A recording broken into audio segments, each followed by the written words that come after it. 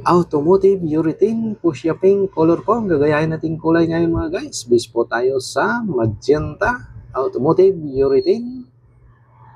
Dahil nagkulang po yung nagpahalo kahapon, 1/4 lang po ito mga guys. Pangdugtong po ito sa kanilang pinipinturahan na sasakyan. Ayan, pang kulay natin dyan, white. Plain white. Hindi to mica, hindi rin to metallic mga guys. Plain lang po ito na kulay. Yan, halo-haloin lang natin to ng mabuti. Kailangan makuha natin to ng 0-0. Dahil pangdugtong po ito. Ayan. Kailangan pang dagdagan ng white at saka kaunting magenta. 1/4 lang po ito. With catalyst to siya mga guys. Pang spray to, gamit yung spray gun at saka compressor. Okay. Kailangan din po ito ng thinner mga guys. Urethane thinner.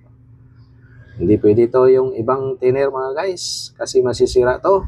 Lalong-lalo na kung thinner po ang nilagay ninyo dito. Hindi pwede. Nice! Kaya urethane thinner lang po ang kailangan gamitin dito. Tingnan natin kung sakto na ba. Ayan, okay na po yan siya mga guys. Apple green color po, epoxy enamel. Ang gagayahin naman natin na kulay ngayon mga guys. Base po tayo sa lemon yellow, epoxy enamel. At panghalo natin yan, epoxy enamel na talo green pa rin na Toki. Ayan. Kaunti lang po ito, 1/4. With catalyst pa rin. At saka thinner. Pwede yung lacquer thinner dito mga guys. Pwede rin yung acrylic thinner at urethane thinner. Mukhang kailangan natin dagdagan ulit ng lemon yellow. Ayan. At saka talo green na epoxy enamel pa rin. Kunti lang. Ayan. Ang magpupuno dito mga guys, yung kanyang catalyst. Epoxy catalyst. Ayan. Halo-haloin lang natin ito ng mabuti. Tingnan natin kung okay na ba. Ayan, okay na po yan siya mga guys. Baguio green color naman po. Ang gagayahin natin kulay ngayon mga guys. Epoxy enamel pa rin. Base po tayo sa lemon yellow. At pangulay po natin. Epoxy enamel na talo green pa rin. Konti lang. Ayan, kalahating galon lang po ito mga guys. Para daw po ito sa bubong. Laloin lang natin yan ng mabuti. Para makita natin kung ano pang kulang na may dadagdag natin na pangulay para makuha natin yung kulay na Baguio green color. Mukhang kailangan natin lagyan ng kaunting black mga guys. Ayan. Saka halo-haloin ulit para makita natin kung ano pang kulang. Kalahating galon lang po ito mga guys. Konti-konti lang kapag naghahalo tayo ng pangulay dahil di natin alam kung anong magiging resulta. Ayan.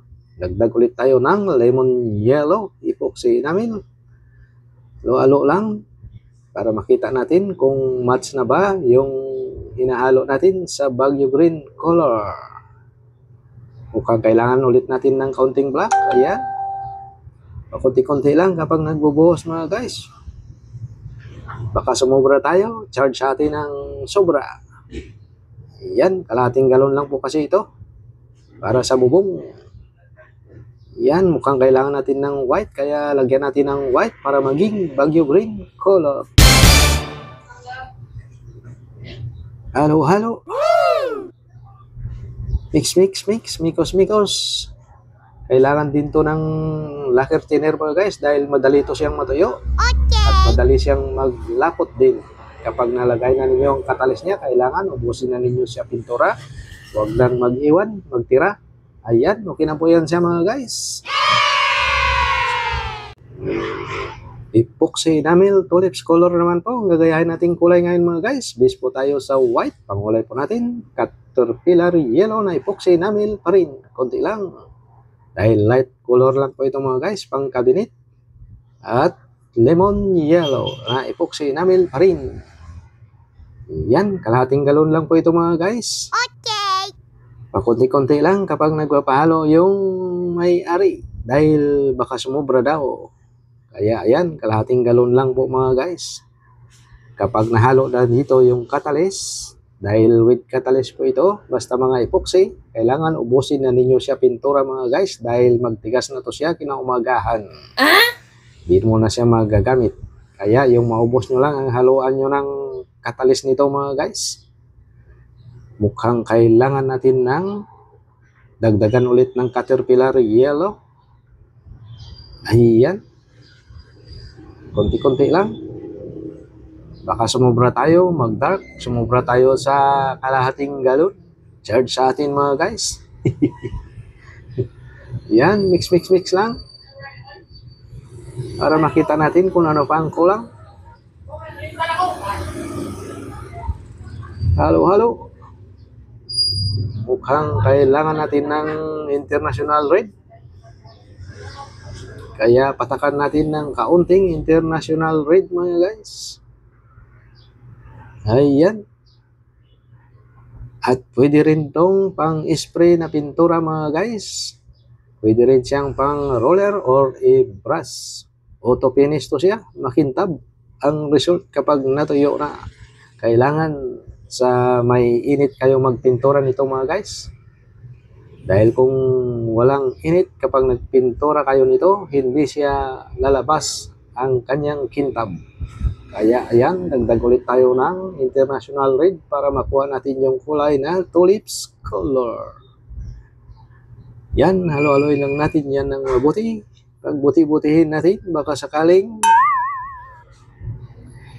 alam nyo na. Bira lang kasi yung mga customer na nagbibigay mga guys. Nagbibigay ng pang merienda. Tignan natin. Ayan, okay na po na yan siya mga guys. Terracotta color naman po. Ang gagayahin natin kulay ngayon mga guys. Epoxy namin pa rin. Base po tayo sa red. At pangulay natin dyan, lemon yellow.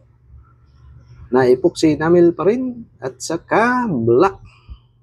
Kaunting black lang po. Baka mag-chocolate brown ang kulay nito kapag sumubra tayo sa black. Kaya pa konti-konti lang kapag naghahalo mga guys. Kalahating galon pa rin po ito. Pang cabinet pa rin to siya mga guys. Ayan, halo-haloin lang natin to ng mabuti. Mix pa rin.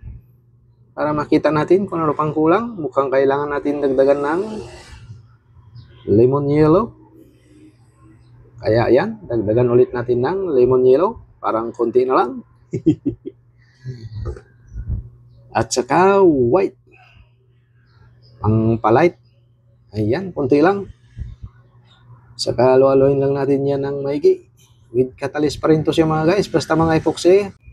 Iba rin yung quick dry enamel mga guys. Hindi yun nilalagyan ng catalyst. Epoxy catalyst. Kasi kung nilagyan nyo ng catalyst yun, hindi yun siya matuyo. Okay.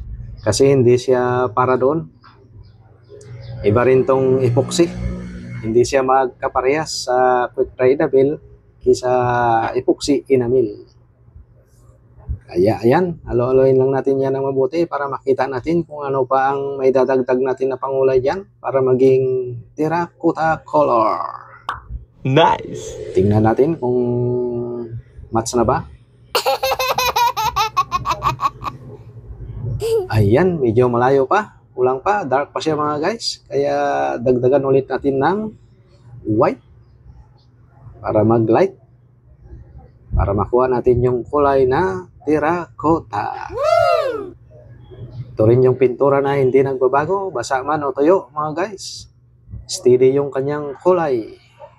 Unlike sa mga latex paint na yung gloss nagda-dark at yung flat naman nagla-light. Ayan. Okay na po yan siya mga guys. Sana nag-enjoy po kayo sa panonood. Maraming salamat po.